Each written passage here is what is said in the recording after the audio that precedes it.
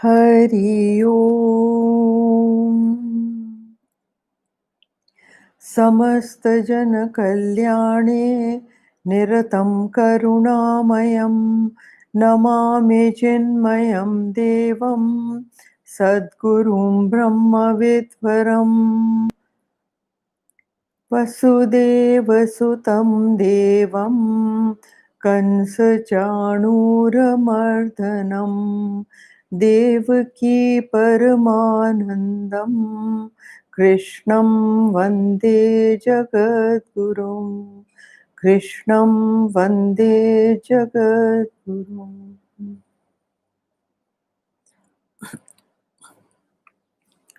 Okay, we start from verse 50th today. And in the last verse, we had done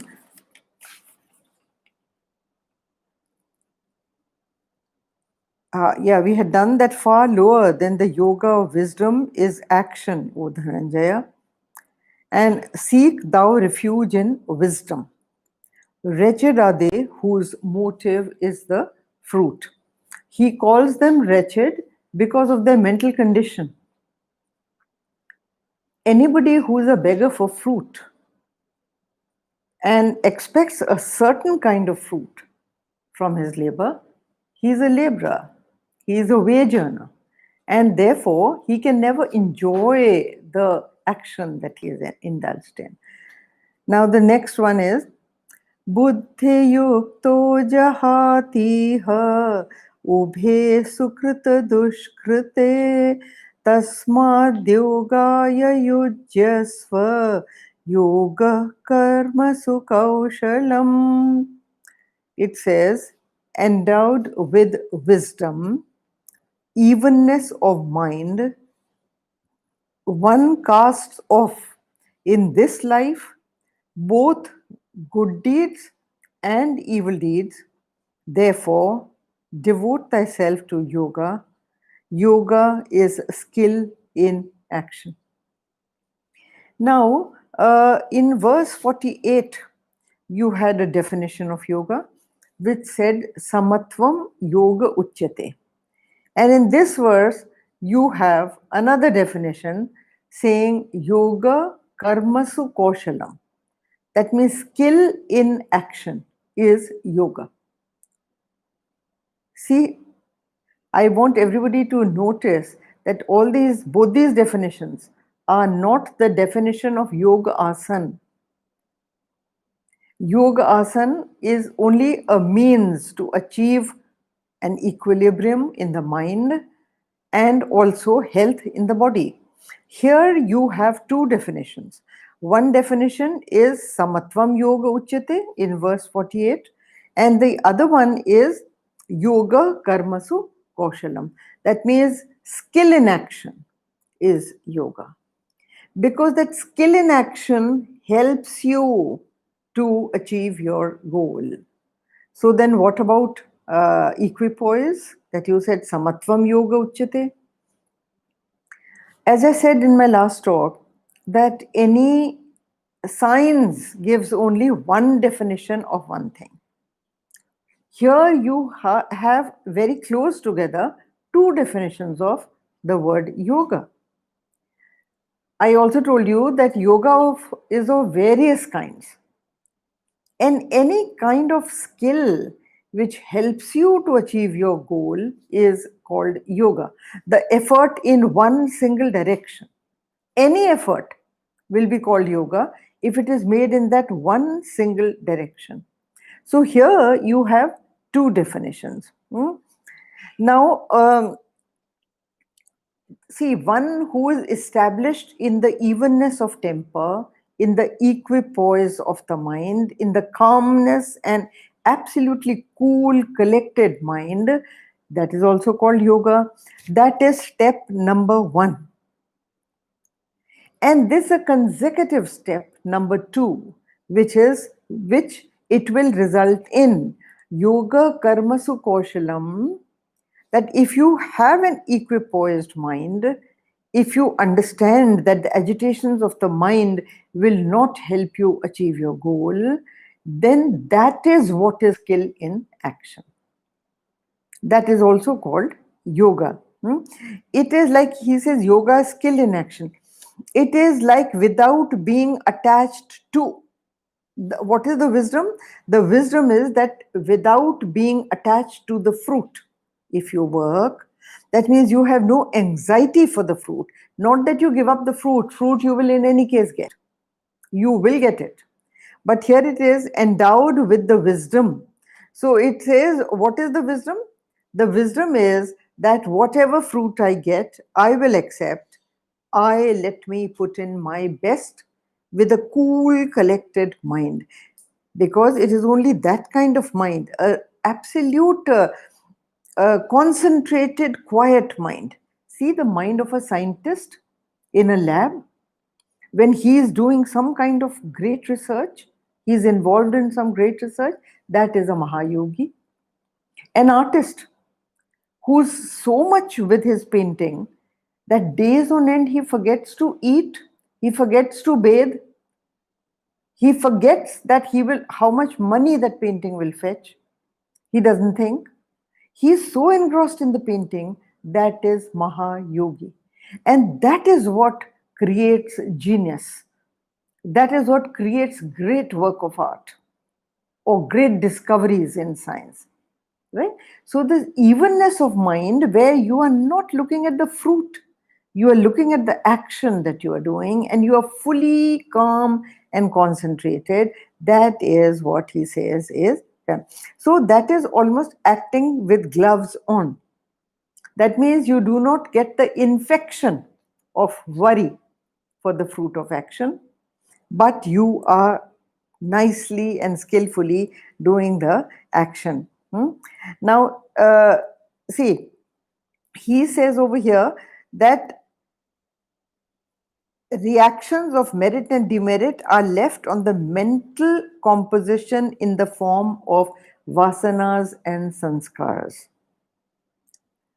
Now, vasanas and sanskars you gather through your actions, through your surroundings, through your mental impressions. And that is why we say that even, I mean, like in India, especially, even when a woman is expecting a baby, she is supposed to undergo a certain discipline. You know, women give up tea, coffee, they look after their diet, but most important is that they look after their mind. A woman who is expecting a baby is supposed to be kept happy so that the child imbibes happy sanskars. Sanskars are tendencies. She is asked to think of noble thoughts, of generous actions, of love, compassion, so that the child imbibes, the child in a womb imbibes all that. So sanskaras go back even to the stage of the fetus. So the impressions that a mind and intellect gathers is called that. You see, there is this thing of also the family, from the genes that a fetus in the womb chooses, you get your sanskars. Now it is said that there was a woman, and she was going to have a baby, but the doctor was delivering the baby, and after the baby came out, his fist was tightly closed. So everybody said that open the fist, and everybody tried, but they just couldn't. So then the doctor said that no, no, I will try, I will do it. So with some skill and all, he opened the fist. And guess what he found there? The gynecologist's wristwatch. He was the son of a pickpocket. And now you see, even in the womb, he had only heard the stories of pickpocketing. He had only heard his mother talking, his father talking of pickpockets and how to do it and what is the skill. So even while he was being born, he knew how to steal. That is the reason why you say when any small child, you observe, you normally say this, huh? That, oh, he's a born dancer, he's a born singer, hmm? She is a born this or that, because that is what the sanskars they bring from their past impressions, from their past actions, from their past life. And those sanskars, he says that with evenness of mind, you should control them. And you see, these sanskars, whether they are good sanskars or bad sanskars, are the reason for you to take the next birth. Now, you have to train your mind to neutralize evil deeds as well as good deeds. How do you do that? Only when the individuality you drop, when there is no doership in the action, no matter what action you are doing. But if there is no doership in the action, understand that you are not doing. You cannot do anything. It is the supreme power that is allowing you to do. And without the result, attachment to the result of action, when you do, you go beyond the result of the good or evil action. As he's saying, see, with this wisdom that I should act without attachment, you will go beyond the both the good deeds and the evil deeds. See, both the good deed and the evil deed, they are within time. Their reactions are also within time. When you detached from everything and you attach to the higher, you go beyond time. And when you go beyond time, you are out of the arm's reach of good or evil action. And you are well on your way to the goal of yoga. So you neutralize likes and dislikes, and that is the way to go forward. Your personality gets chastened by karma yoga, but your personality, he says that wisdom is higher than karma yoga, because karma yoga will only take you to a certain level, and after that it will not. Now, why does he say that? You see, people ask that, why should I do all this, this skill in action, and why should I cultivate all this? I mean, there's too much of effort involved in here. See, all great things, when you want to do, it requires great effort. And therefore, all the spiritual disciplines are the training of the mind to be able to achieve and to be able to perform those great efforts. See, that is why you have seen that people are on this path, they impose disciplines on themselves. Like they train their mind to accept likes and dislikes equally. One day they will say, okay, I will give up salt, and see whether they can easily, smilingly give up salt. Someday they say, okay, I will not eat today. It's fasting. That fast is also a self-discipline, isn't it? It is something like this, that when somebody has to run a marathon, somebody has to run an Olympic race. So what do the trainers do? They train up their muscles, right? And also many a times they tie weights on their ankles when they run, so that when they run the final race without those weights, they are able to run easily. Okay, so that is the skill in action. That is the skill in action, that you are training your mind to be equal, absolutely some, in any kind of like and dislike, so that when you are faced with a situation, you are master of the situation, not a slave to the situation, not a victim of that situation. And that is the reason why it says that train your mind to neutralize. And see, likes and dislikes, vasanas and all, are all formed because of what you think is good and bad. No action is really good or bad. When you think of it as good and bad, you think of bad.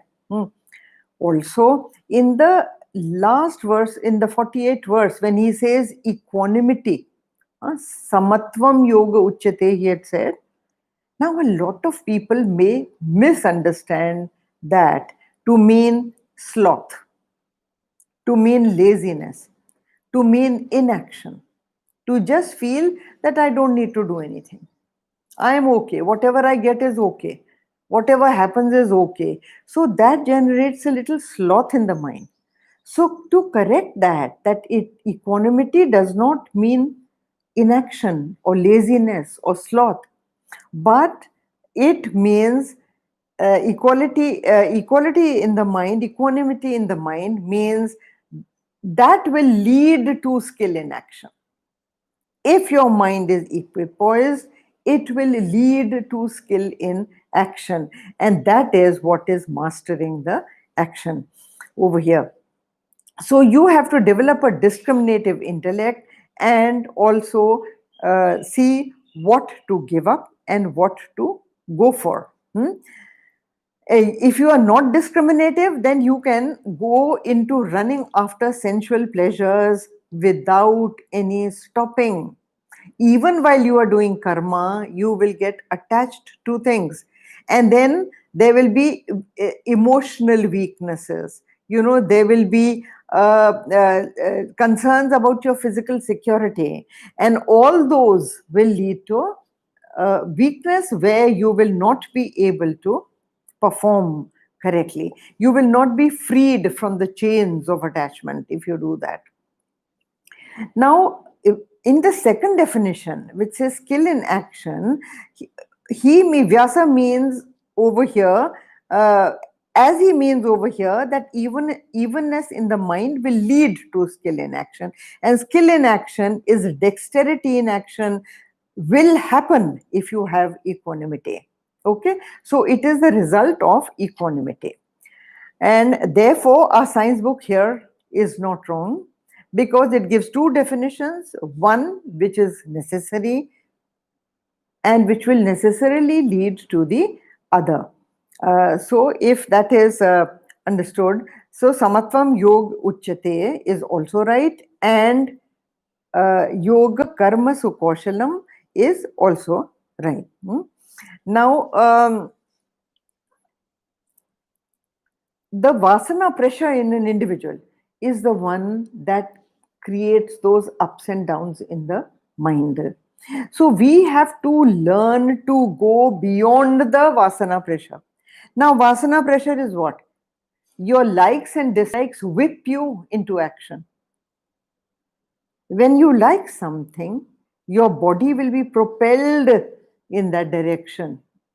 Your body and your sense organs will gravitate towards achieving that.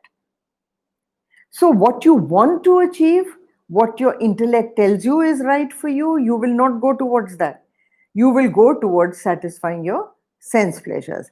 And so, he says, when the next question that he asks over here, and he says is that discrimination is very necessary. He says the question almost that Arjun asks, he doesn't ask it, but his facial expression tell Krishna that he is asking, why should we cultivate this evenness of mind and the consequent dexterity in action? Both the things, why should I? Because see, these are too much effort. Anybody will tell you that they are too much effort and why should I do it? And he says, look what he says, this next verse I'll read. Karmajam buddhi yukta he phalam tyaktva manishinaha janma bandha vinirmuktaha padam gacchantya namayam. It says, the wise, possessed of knowledge, having abandoned the fruits of their actions, and this is abandoned means mentally abandoned, not physically. Abandoned the fruits of their action and freed from the fetters of birth, go to the state which is beyond all evil. Now, freed Janma Bandha, it is called Janma Bandha because when you have desires, as long as you have desires, you will get another birth. your mind intellect equipment will demand another body to fulfill those desires. Hmm? You will have to take another mind and body. So, attachment to any desire will generate the desire for more. It is bound to happen. And here it is, he says, freed from the fetters of birth. So, how do you go beyond desires? Hmm? You go beyond desires when you question the desire. You question how much happiness will that desire give you. When you yoke to the divine or you yoke to the sense objects, what will give you peace? What will give you happiness? See, we have all gone for desire fulfillment, right? A cup of coffee, a new dress, some new place to go and have a meal, or whatever, buy new jewelry, new dress, whatever is the desire.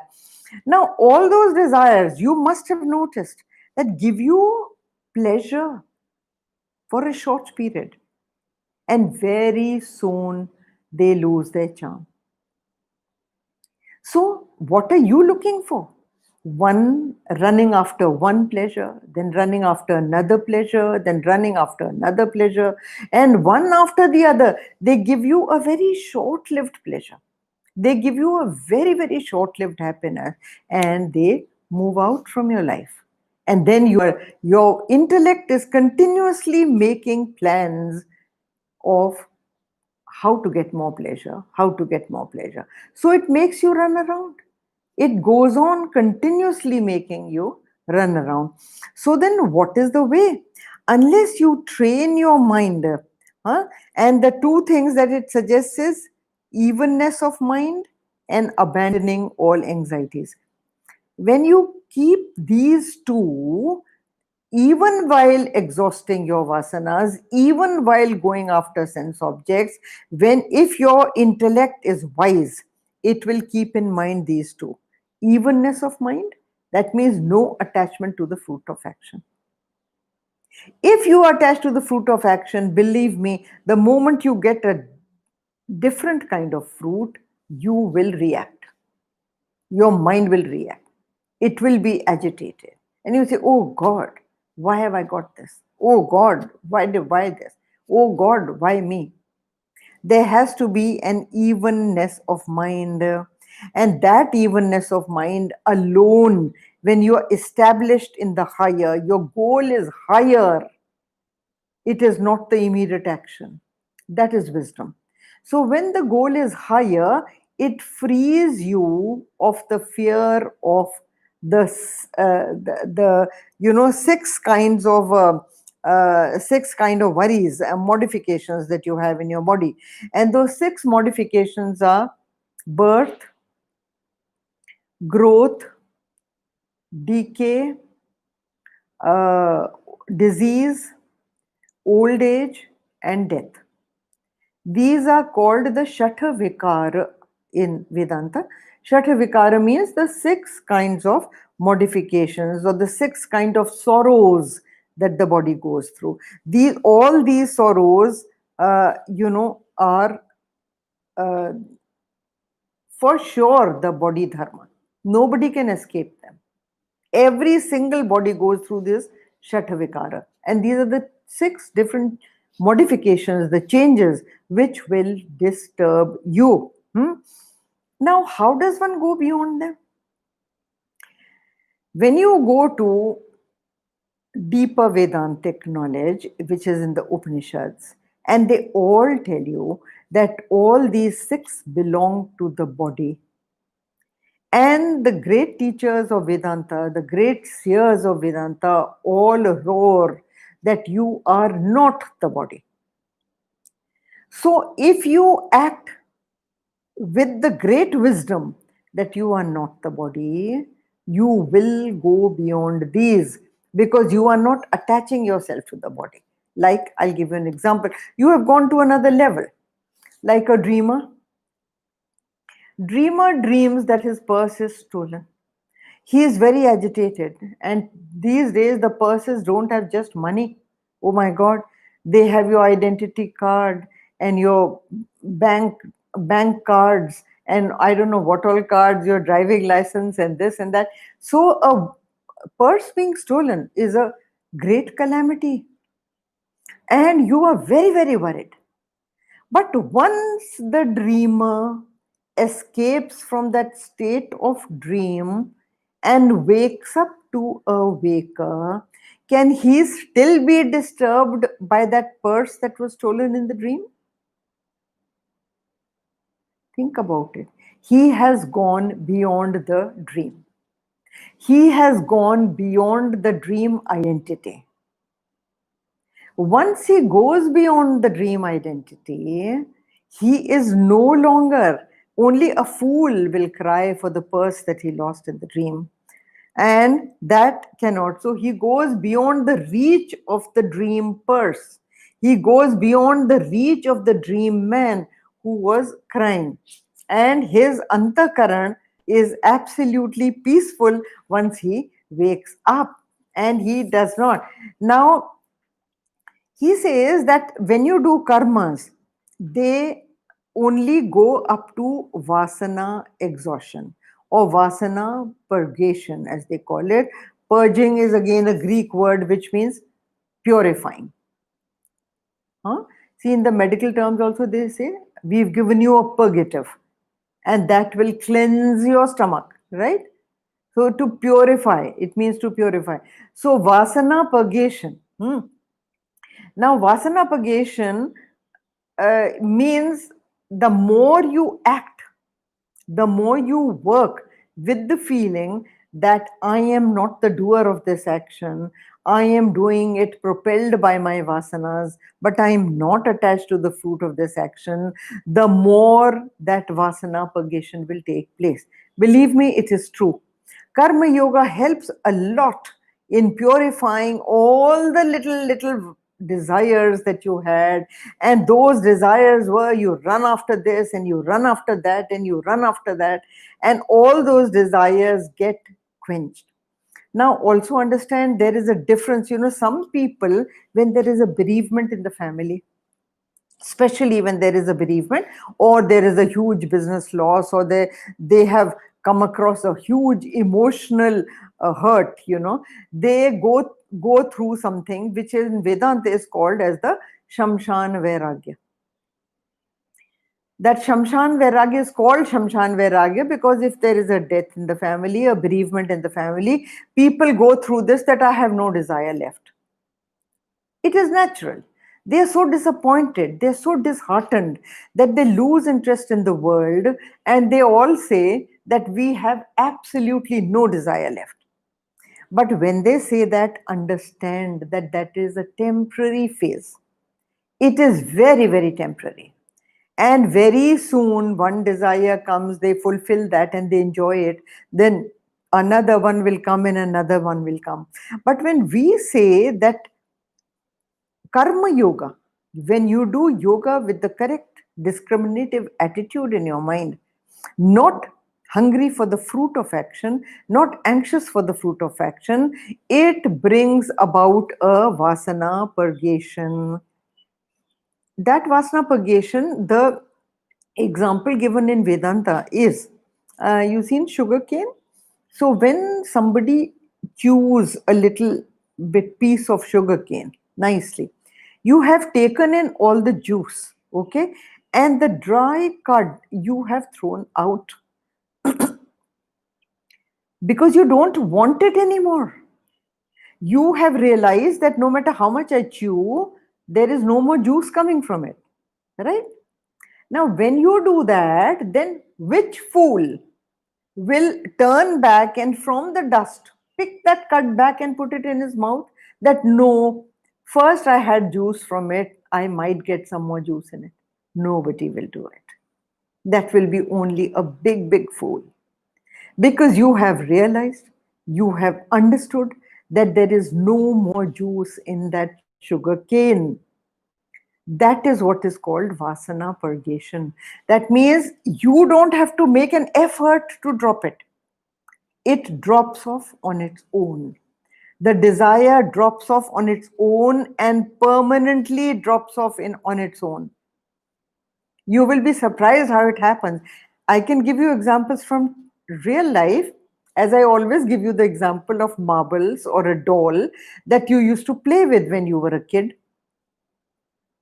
Hasn't that left you? Hasn't that desire to play with a doll or to play with marbles left you? You didn't make an effort for it. You have found higher toys. You have found better toys, and your mind easily drops the lesser one. That is what happens to all these vasanas. When your goal is high, that yoga that you are trying to achieve, that oneness with the supreme divine, that is your goal, and you have already started experiencing a little bit of the joy that you get over there, which you have not found in any one of these sense objects. When the intellect understands, the intellect crosses over, the misconception that the embrace of objects, the embrace of sensuous pleasures will give me pleasure. The intellect has understood that there is no pleasure in that. It will drop it on its own. Just like the doll does not give you any more pleasure, and you have dropped it so easily, so beautifully. And even the best doll that somebody gifts you in the world, you will quickly gift it to the next child you see, isn't it? That is what happens when there is a vasana purgation, because the individual works with this great wisdom in his mind that he is not the body, and also the wisdom that the embrace of objects will not give him any more pleasure. And that is when he says that wisdom is higher than karma yoga. Unless you are established in wisdom, you will not be able to. So any kind of action or activity that you do, it only helps to purify your mind. It will not take you to the ultimate goal. Any kind of social service you do, selfless service, you're working in an orphanage, you're working in an old people's home, and it is totally selfless, voluntary work, right? In so many countries, children volunteer for service so that they learn how to learn this karma yoga, that I am doing service without expecting any result from it. I am just doing service for the joy, sheer joy that service gives. That is purification of the mind. But Vedanta very clearly says, and Vyasa has very clearly put it, that that is a step to gaining skill in action. It is a step which purifies your mind. So all social workers, like say Mother Teresa, and no doubt doing a very noble work, doing exceptionally good work, but that does not take them to the highest goal. It will only serve as a sadhana.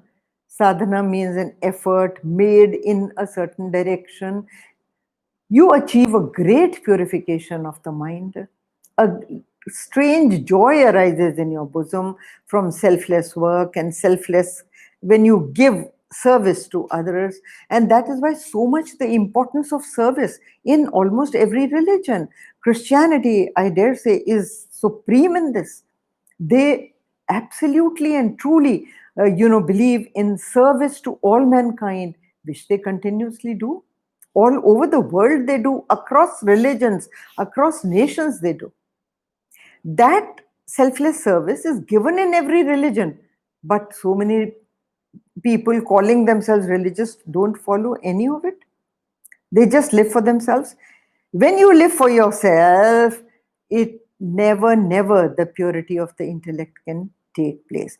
Now we come to the next verse. The question arising in Arjuna's mind here is that when is that conviction attained? He says that when you understand that you are not the body and you work selflessly, when does that happen? When is that conviction attained, which arises as soon as the mind is purified by karma yoga or devotion to work? The answer follows. यदा ते मोहकलिलं बुद्धिर्व्यतितरिष्यति तदा गन्तासि निर्वेदं श्रोतव्यस्य श्रुतस्य च. Interesting. Look at the way he puts it. Vyasa has put it very interesting.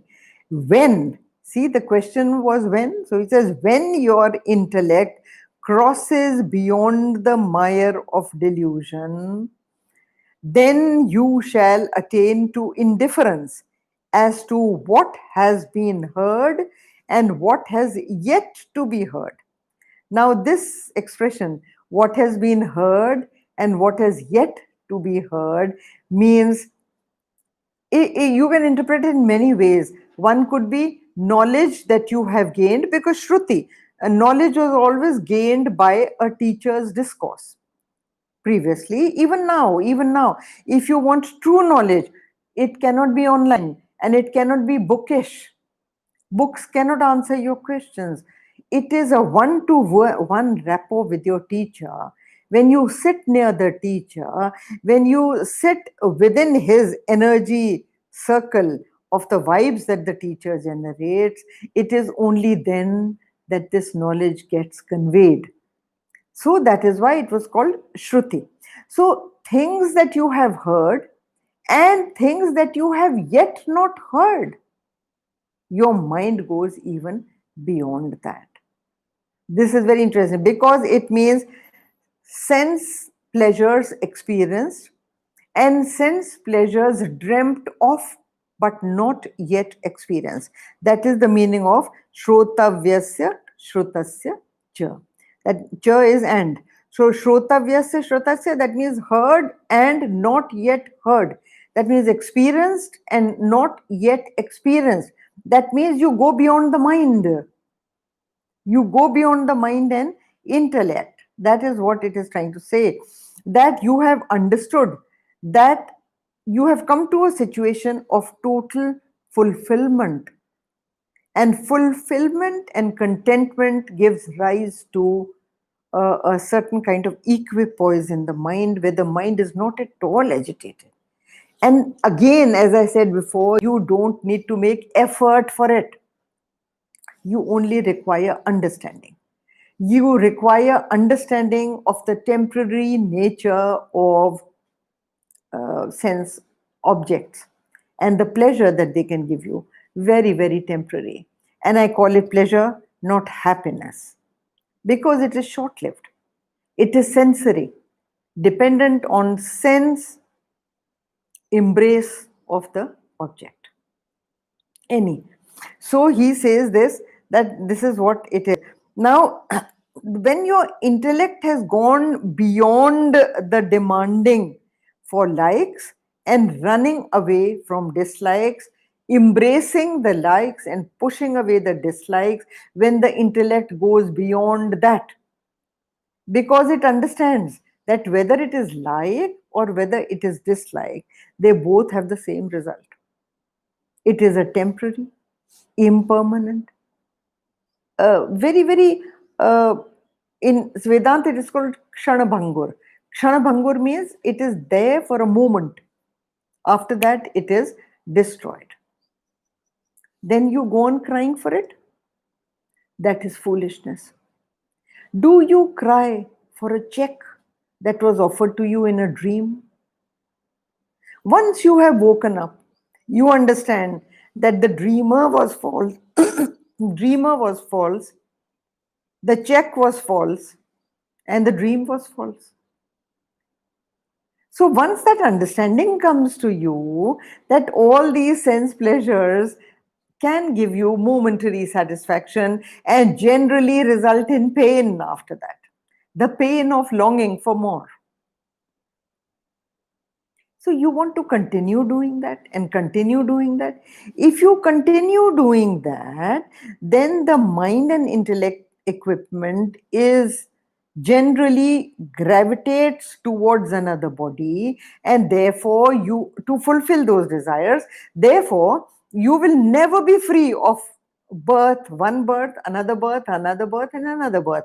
And every birth that you take, you have to take a body, and the body has to go through those 6 modifications. There is pain. That is the dharma of the body. Disease is a dharma of the body. Decay, death, old age, they are all body dharmas. That means it will happen to the body, no matter who you are, however rich, however powerful, however wise. This is the body dharma. So if you have desires, you will continuously be getting a body, and in that body you will demand sense pleasures, and with those sense pleasures you are bound to suffer. Now then, see, a wise person sloughs off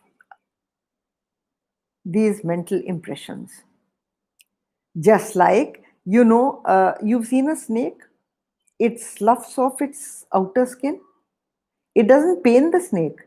He slithers out of that skin and he leaves the skin to rot and he moves out. He has a new skin, a much better skin. That is why the skin. In the Ramcharitmanas, the example given is Jime Gaj Pankaj Mal. Mal is mala, Pankaj, lotus. So when an elephant is walking and there is a lotus necklace around, a lotus garland on his neck, if the elephant is walking fast and that garland falls somewhere, drops off somewhere, does the elephant even get to know? He never gets to know. It is as easy as that. So when your deep desires, vasanas that keep troubling you day in and day out, they drop off from your mind, they drop off as easily as this. In fact, Vedanta says that the intellect of a sadhak develops a disgust for the things that he used to run after previously. If you are a spiritual seeker, you must have experienced this. Even to a certain extent, you must have experienced this, that all the foolish actions that you did in the past, you are not doing anymore. You are not running after temporary pleasures because you have understood, your intellect is firmly rooted in the fact that that is not where happiness lies. The kind of happiness that you are searching is somewhere else. Okay, so the sense organ experiences are all temporary. We have experienced them all, and we have also understood that they have a very short life. And even if the life is long, you tire of them very quickly. See, the first rasgulla that you eat, very nice. The second one, little not that nice. Third, fourth, fifth. The 11th rasgulla, the same rasgulla, you are the same, the rasgulla is the same, but the 11th one becomes a punishment. So what has happened? The same thing happening again and again loses charm very quickly. So the intellect that understands this moha kalilam is called the morass of delusion. Delusion created by Maya. See the word Maya, understand? Maya, the word means that which is not there. Maya. So delusion, anything that you see which is not there is called Maya, the great power of Maya. The dream comes under this, delusion comes under this, negative imagination comes under this. All kinds of fears that you imagine come under Maya. They are neither here nor there, but you have created them. So when you go beyond these and you wake up to your real identity, all these Maya powers are gone. It is something like this. See, a man believed that he has swallowed a horse. Now he says, my stomach is distended, my stomach is paining. I have swallowed a horse, I have swallowed a horse, the horse is jumping in my stomach. Now his family thought, what can be done with this? It's a delusion, mind you. So they take him to a psychiatrist. The psychiatrist knows his job well. He puts him under chloroform and he cuts open his stomach and stitches it back again. And he puts a horse there in the operation theatre. When this fellow comes back to his senses, he says, no more horse in your stomach, my dear. We have stitched back your stomach and see, the horse is out. Here is the horse. And the man says, oh my God, I had swallowed a black horse. This is a white one. So the person under delusion, it is very difficult to get that man out of his delusion. He goes on believing whatever he does. So it is only the fool that goes on crying for what it has not. Easily a wise man understands, supposing it is very, very cold, and the wise man is sitting near a fire pit. That fire pit is giving him warmth. But then suddenly the sun comes out of the clouds. Yeah. And the heat of the sun, which foolish man will continue to sit near the fire? Wouldn't he move away from the fire for a better warmth, the warmth of the sun, the natural warmth, and he will bask in its warmth? So that is what happens to a wise man, as he says, that who goes beyond moha kalinam. That the mind of such a man leaves behind the previous foolish ways of living, and he moves across Maya, and he moves across the delusion, and then he goes on to a much better way of living, where he is not concerned, he is not anxious, he is not fearful of the future. He just does his work, and whether it is known or unknown, but he does it coolly, calmly. Next time we will take up the next verse. Om Purnamada Purnamidam Purnat Purnamadachyate Purnasya Purnamadaya Purnameva Vashishyate. Om Shanti Shanti Shanti. Hari Om Shri Gurubhyo Namaha. Hari Om.